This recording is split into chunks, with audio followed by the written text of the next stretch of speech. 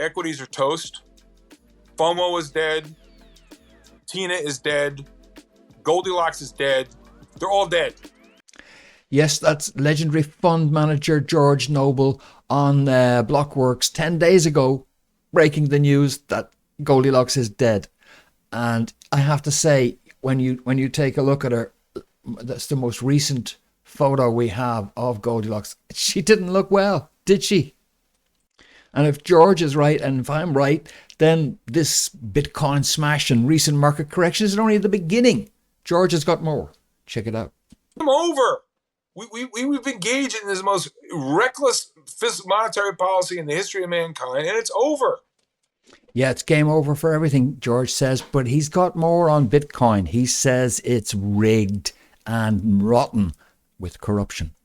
Has not been addressed, and the authorities are just dragging their heels, whether they don't want to be seen to be precipitating a crash, or there's been regulatory capture. This whole Tether scam, Tether is the biggest Ponzi scheme in the history of the world. It's bigger than Madoff.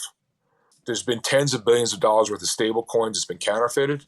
And in my opinion, the reason that's important, the Tether market cap went from like 2 billion to 75 billion. You say, okay, well, George, what are you worried about? Tether's only, even now, it's only 75 billion. And there's 19 million Bitcoin outstanding roundabout at a price of 40,000 roundabout. So Tether's 70 billion. The Bitcoin market cap is 750 billion. Like, what are you worried about? Well, here's what they miss. If you look at the free float of Bitcoin, the non-hodled supply, it runs around 20%. So let's go in the Wayback Machine. Let's go back to the fall of 2020 when Bitcoin was about 11,000 and the market cap's about 200 billion. The freely available float, this goes to market structure, which the brilliant Michael Green talks about a lot. The free float of Bitcoin was only about 40 billion. Jack, imagine this. You and I start a counterfeiting gig. We make up $70 billion worth of fake of counterfeit stable coins. And I say, Jack, here's 70 billion. Go buy some Bitcoin in it. You say, well, George, there's only 40 billion I can buy. It's only market cap. So, Jack, for $50 in double jeopardy, how high are you going to be able to push the Bitcoin price up? Bitcoin, you've yet to find a use for it. Technology might be interesting. But all the arguments people give for Bitcoin, the true whether Bitcoin is 1,000, 10,000, 100,000, or a million, doesn't change. The story's always the same. It's a narrative. It doesn't generate cash flow. It's not a store of value. As we've seen, it's a risk asset. It correlates with NASDAQ. All right. And I'm totally willing to turn bullish on Bitcoin once the feds, Guy Gensler, please call your office, once the feds clean up Dodge and they put the crackdown on these bullshit stable coins. Yeah, so you can layer that corruption on top of all the other good reasons why Bitcoin and Goldilocks are both dead. We'll get into FOMO and Tina and all of that stuff, but more on why exactly Goldilocks is dead, because I really had a good laugh when he came out with that one, because he's referring, of course, to Nouriel Roubini. Who's Nouriel Roubini? Well, he's, big economist, we're not worthy, etc. Nouriel Roubini, he wrote back last September that Goldilocks was dying. Given today's high debt ratios, supply-side risks, and ultra-loose monetary and fiscal policies, the rosy scenario that's currently priced into financial markets may turn out to be a pipe dream, he wrote. Damn right it may turn out to be. Pretty prophetic. The recovery in the first half of 2021 is giving way to sharply slower growth and a surge of inflation well above the 2% target rate of the central banks, owing to blah, blah, blah, shortages and bond yields have fallen. So what's going to happen? There are a number of scenarios, he wrote, but the one that he thought was most likely perhaps, and the one I think is for sure, and the one that George thinks is a third scenario with ongoing stagflation, high inflation, and much slower growth over the medium term. In this case, inflation will continue to be fed by loose monetary credit and fiscal policies. Central banks caught in a debt trap by high public and private debt would struggle to normalize rates without triggering a financial market crash. And exactly that's the problem that we're seeing already. You're seeing that Bitcoin thing is just the beginning of the crash, which threatens. And the reasons are deep and they're structural. And they, despite all the talk, the Fed has not turned off the spigot yet. I know you've been hearing talk left and right. You go and check it out. They still haven't turned off the spigot. They're still buying. They just made this like head fake with the interest rates, and already Bitcoin has imploded.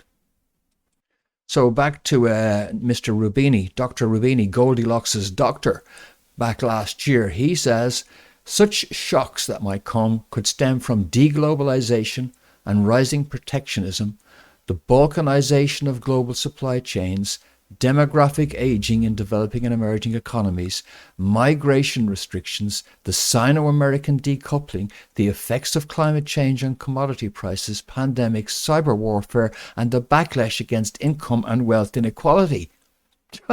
Only that stuff, that's nothing.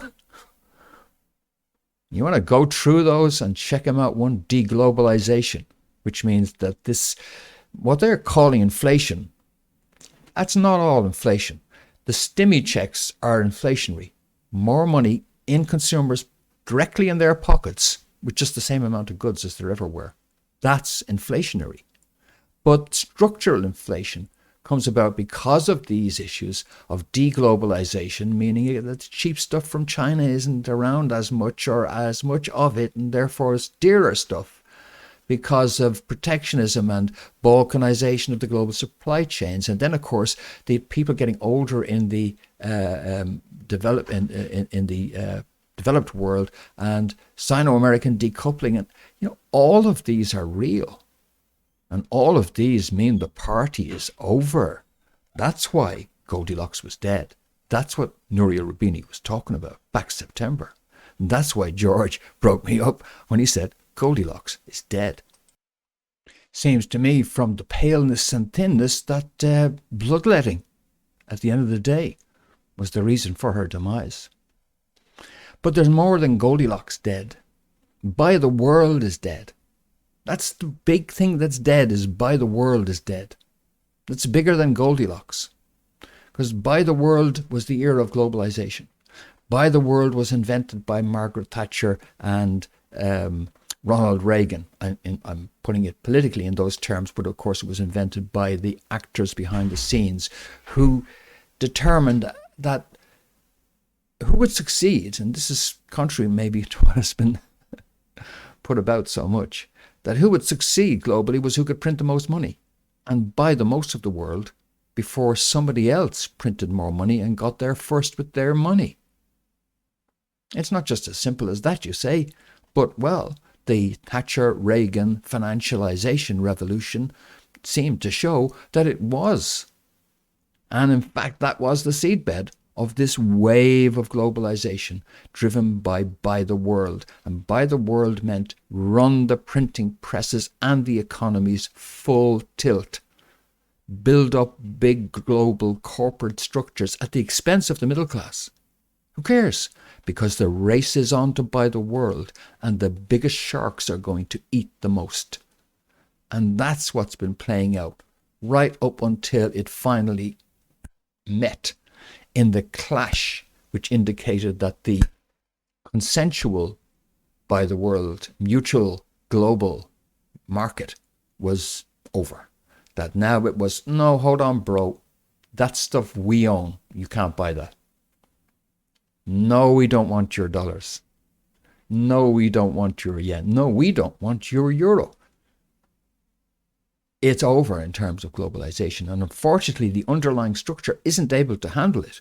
It's not just by the world is dead, but it's also euro dollar is dead. Most people don't even know what euro dollar is. You're about to find out. Well, partly because I'll come back and do another one on euro dollar. Yeah, these are the hard realities, folks, of a world where Goldilocks is dead. It's why our sister Tina is dead as well. Tina, there is no alternative, is dead.